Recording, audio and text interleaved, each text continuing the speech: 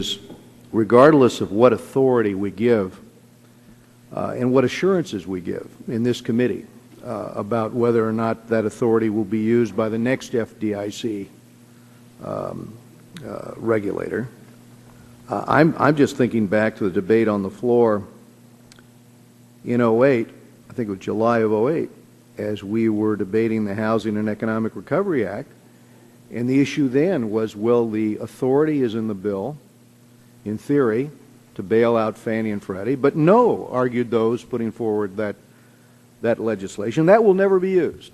That authority will never be used. Let's examine some of the assertions that are being made here right now. And I'd like to go, if I could, to Mr. James Wigland. I want to quote somebody from your shop. He's the head of the FDIC's Office of Complex Financial Institutions. And here's what he says.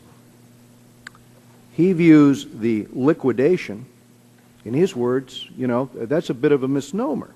For him, the most important part of the FDIC's new authority isn't liquidating failed firms. He views it as preserving their franchise value so they can be sold to other firms. So I'd ask you a question. Does Mr. Wigland's view represent that of the FDIC? That the orderly liquidation authority is not, in fact, as a death panel has been asserted here, but in fact a form of life support so that these firms can be sold off with taxpayer support, presumably, to other firms, just like the Federal Reserve did with Bear Stearns. Congressman, that the FDIC's position, as the law requires, is that the institution, the company that fails, is put into a liquidation process. What Mr. Wigan is referring to is that in any liquidation process or any resolution process, you're selling the assets and operations of that firm to other private companies. That's how those assets are recirculated into the, or recycled into the private sector. So if you can sell them while they're operating in a functioning way rather than in a pure liquidation, which is what can occur in a Chapter 7 bankruptcy, they will have more value. That's what he means by franchise value. That's exactly the same thing that we do with failed banks today. And your assumption here is that the taxpayers will be made whole. But I'm going to go back to another issue, and that is that assumes that we'll go back and get the money, get any excess payments from these now weakened institutions, which we didn't put through a normal bankruptcy process.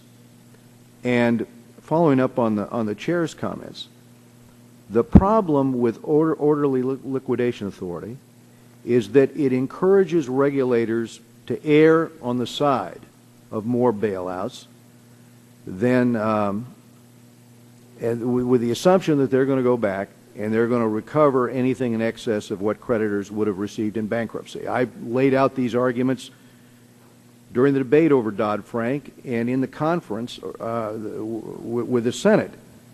I'm sharing with you, going back and getting that money will be a very difficult task, given that those creditors will also likely be other too-big-to-fail banks. And that goes to the issue of why there's this assumption that these institutions are going to come out of this better, the way we've structured this, than they would if they had to go through a bankruptcy. So the question is there a way to overcompensate for the error?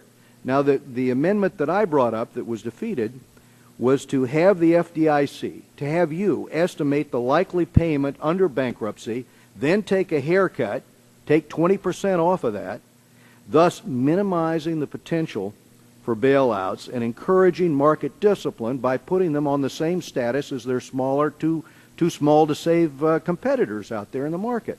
And I've yet to get any acknowledgement of what economists are arguing here, and I'd just like to ask your opinion and very quickly Ms. Romero's opinion on that kind of an offset in order to try to at least try to mimic market discipline in this.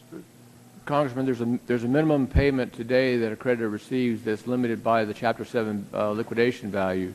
What we're talking about doing in Dodd-Frank, as I said, is nothing more than we do with smaller institutions today. The creditors receive payment based upon whatever the sale of the assets will recoup. So that would be the same amount that the creditors in a Dodd-Frank resolution would receive. It's based upon the value of the sale of the assets. Mr. Romero. You know, I think what has to happen is market discipline has to be restored. I mean, what we have to have happen is that to the extent that these institutions who took excessive risk before and put our greater financial system at risk and ended up having a bailout, that has to end. So market discipline has to come back in so that the due diligence that takes place by counterparties, the access to capital, the terms of the credit needs to equal the amount of risk.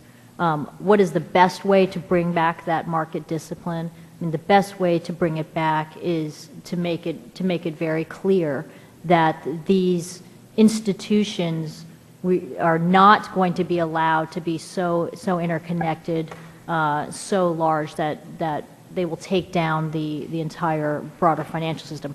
What's the best way to do that, and whether it's through your amendment? I haven't studied your amendment, and so I'm not sure. But clearly the counterparties would believe they'd be worse off under the amendment that I'm proposing here than they would be under this scenario, and that would help drive it in that direction. Gentlemen.